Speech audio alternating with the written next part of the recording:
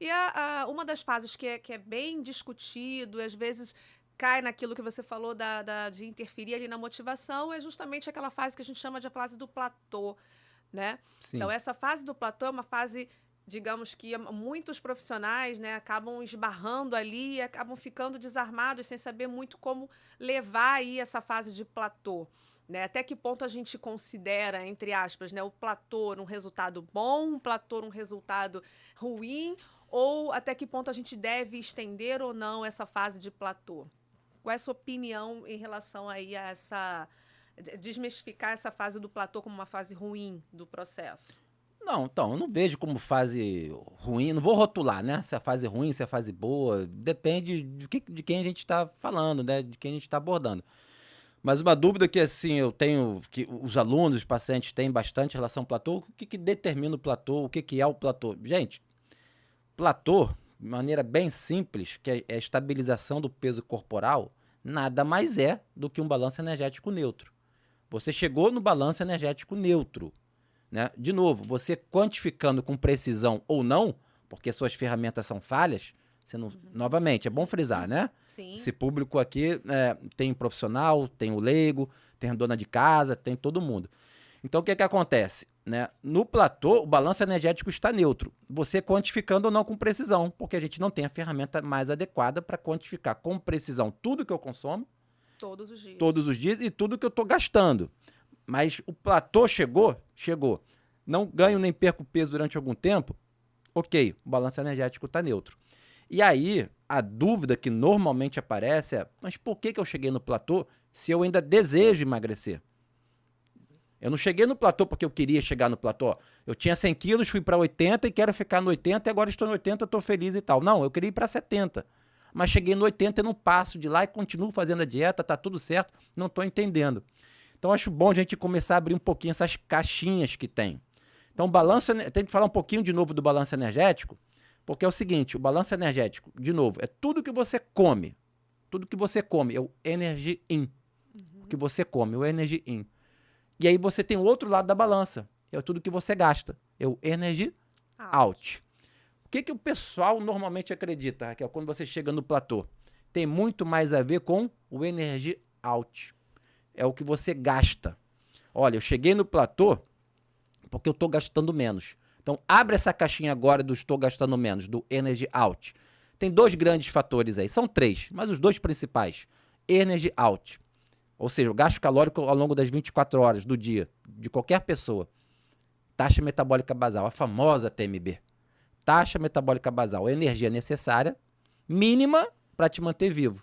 Para você mensurar ela com precisão, tem todo um protocolo de laboratório para você mensurar qual é a demanda energética do Tiago, da Raquel, do João, da Maria, né, só para manter ela viva.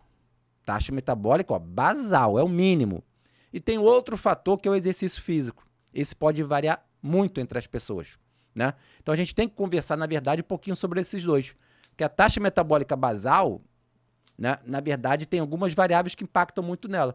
A principal, não é a única, mas a principal é a massa corporal total do sujeito. Uma pessoa de 100 quilos tem uma taxa metabólica basal maior do que uma pessoa de 80 quilos. Né? Que tem uma taxa metabólica basal maior do que uma pessoa de 60 quilos e por aí vai. Peso corporal total é o que influencia mais.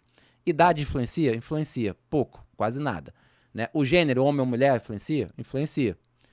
O homem tem uma TMB, né, taxa metabólica basal, um pouco maior. A estatura, altura, algumas fórmulas, né, equações preditivas consideram a estatura, mas também influencia pouco. Mas se você pensar a própria pessoa contra ela, o Tiago obeso com o Tiago um pouco mais magro, eu sempre serei homem, o gênero, a estatura enquanto adulto sempre será a mesma, e a minha idade vai ser a mesma durante o processo de emagrecimento. De 40 fui para 41, de 45 fui para 46 anos, mas isso não muda nada na fórmula. O que muda mesmo na TMB é o peso corporal total. E como eu estou emagrecendo, perdendo peso de 100 para 90, você já percebeu que a minha taxa metabólica basal diminuiu. A minha demanda para me manter vivo, em termos energéticos, no basal, tem que diminuir porque meu corpo de 100 quilos foi para 90. Eu tenho menos células respirando, demandando energia. E aí tem um ponto aí que é a questão do... Cara, o meu metabolismo está lento.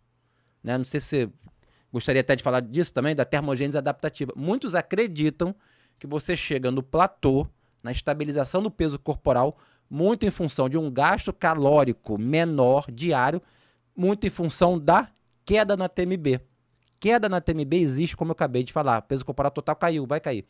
Mas a termogênese adaptativa seria uma queda na TMB além do esperado, ao detalhe, além do esperado para a queda do peso corporal.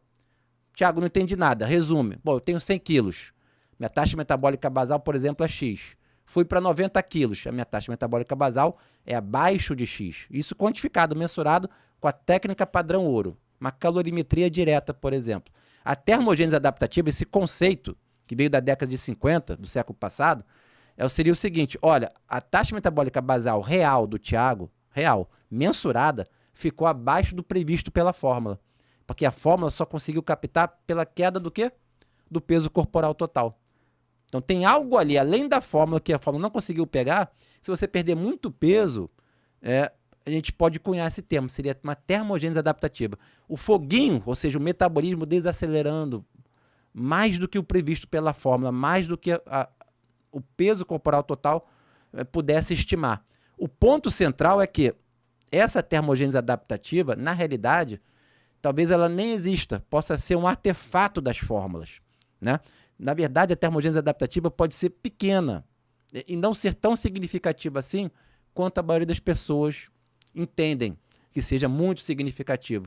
Então, resumindo aqui, a termogênese adaptativa talvez nem exista, mas se ela existir, ela não seja clinicamente significativa quanto a maioria das pessoas acreditam que sim. Então, se você chegou na estabilização do peso corporal, ou seja, no platô, e ainda assim queria perder mais peso, mas não está conseguindo, e você justifica isso, coloca toda, entre aspas, aí, a culpa no tal do metabolismo lento, você pode ter certeza que não é por aí. Colocando alguns números, né, essa tal da termogênese adaptativa, se ela existir, você está falando, sabe de quantas calorias a menos por dia? 50 calorias a menos, no máximo aí 100 calorias a menos, para uma pessoa que está perdendo até 10% da massa corporal total. A pessoa de 100 quilos passou para 90, de 90 para 82, a de 80 para 72, mais ou menos isso. 5 a 10% de perda de massa corporal total te leva a uma queda no metabolismo, seja termogênese adaptativa ou não, em torno de 50 a 100 calorias. Aí eu te pergunto, é por isso que você não consegue ultrapassar o platô? Por conta de 50 a 100 calorias?